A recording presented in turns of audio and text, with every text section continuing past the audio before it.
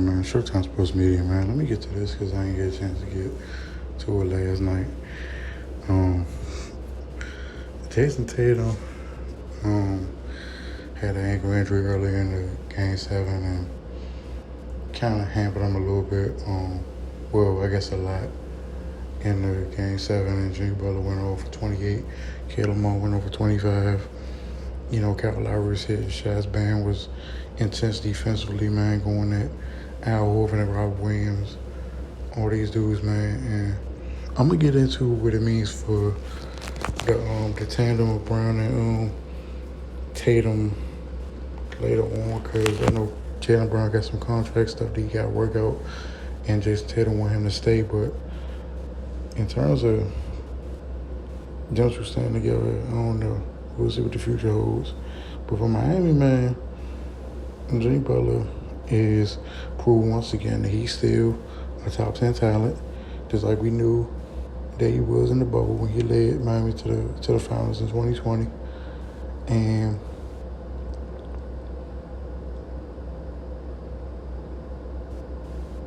he might be a top 5. He might be in the consideration for top 5 if this run is completed and this run is successful in the way that I think it might be, because I'm probably going to take Miami. I'm going to take Miami in 7 games. I think it'll go 7 games. I think Miami can win on Denver's home floor.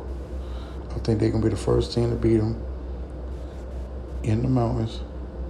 And whether it's game 1, game 2, game 5, or game 7, I think Miami can beat them on their home floor. And I also think that Denver can beat Miami on this home floor, which is why I think it's going to be a 7-game series. I think Jimmy Butler is too tough of a player to let his team go down in a sweep or in a 5-game series or a 6-game series like it was in LA with the Lakers in the bubble. I think it'll go 7 this time. This time around, I think Jimmy wins the finals, primarily because I trust Miami shooting a lot more than I do Denver. I think Denver has a propensity to go cold a lot in terms of like Michael Porter Jr., he might have an off game. Jamal Murray, he might have an off game. KCP might have an off game. Jokic might have maybe not an off game, but a slow start. Like we started to see a little bit in the game 4, I would say. The game 4 against the Lakers. In the game, which was it? The game 4 against Minnesota, the game 5, the one that Minnesota won. They kind of stifle Jokic a little bit. And so I think Miami can do enough on defense to play Jokic one-on-one and double him a little bit, but still get back to their shooters. And I think Miami can shoot well enough from the floor to beat Denver in the 7-game series. So I'm going with the Miami Heat in 7, and I think Jimmy Butler going to be the Finals MVP.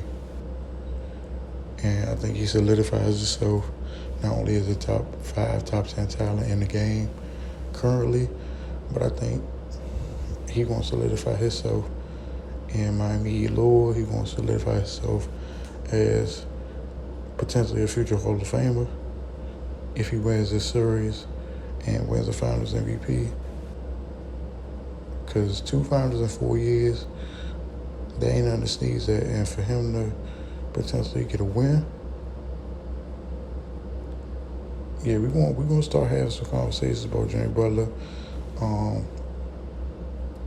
And a lot of these other dudes, man, in the league, if Jimmy Butler is able to pull this off, that would mean that he would be the first guy to lead his team as an 8 seed to not only the finals, but a finals win. We all know the story about the 99 Knicks, but For Jimmy Butler to pull this off, it could be something special.